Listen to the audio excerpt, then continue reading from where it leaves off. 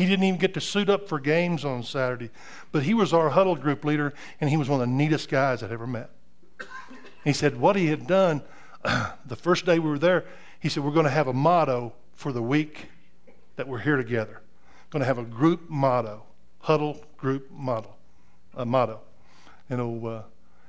he told him what it was, and then Blake looked at me and says, Dad, I've taken that motto as my motto for life.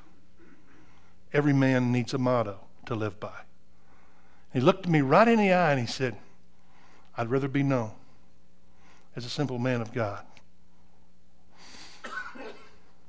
than the greatest football player to have ever lived. And I knew then my son had become a man. And I told him that. I said, you're only 19 years old, and you're already become the man that it took me nearly 41 years to get to where you've got. I'm proud of you, son, and I love you with all my heart.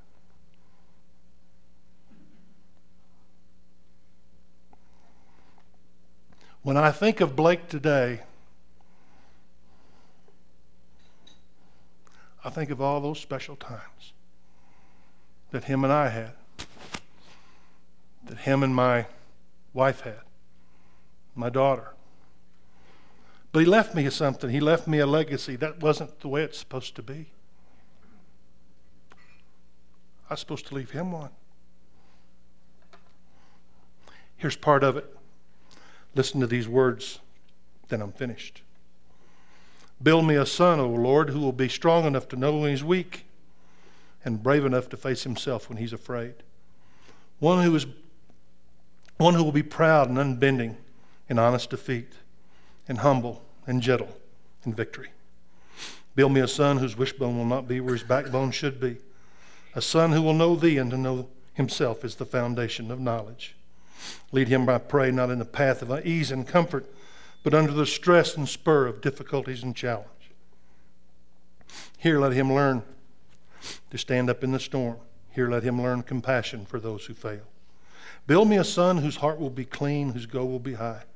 A son who will master himself before he seeks to master other men. One who will learn to laugh yet never forget how to weep. One who will reach into the future yet never forget the past. And after all these things are his, add, I pray, enough of a sense of humor so that he may always be serious yet never take himself too seriously. Give him humility so that he may always remember the simplicity of greatness, the open mind of true wisdom, the meekness of true strength. Then I, his father, will dare whisper, I have not lived in vain. Amen.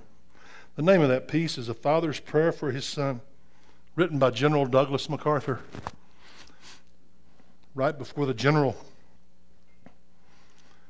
invaded the Philippines for the second time in World War II and last, he wrote that piece and sent it home to his own son. Fathers, grandfathers, great-grandfathers, sons, cherish this relationship. Dads, don't get too old, too wise, or too anything that you can't give those boys a hug. I don't care how old they get. My dad's 85. I'm 60. I make him hug me. And I can do it because I'm bigger than he is. But he doesn't fight it anymore. My father-in-law, another great man in my life, he hugs me and he doesn't like it. We do it anyway. But you know something? What we're doing here today is something that I hope that you all will remember for a long, long time. As a little girl told me years ago, a little 7th grade, 13-year-old girl handed me this note. I was in a little bitty school down in southeastern Oklahoma in the sticks. And when I got out to my car, because she asked me not to read it in front of her classmates, they would make fun of her. 2 lines were written on it. It said, what you do for yourself dies with you. What you do for others lives on forever. Thank you. God bless you.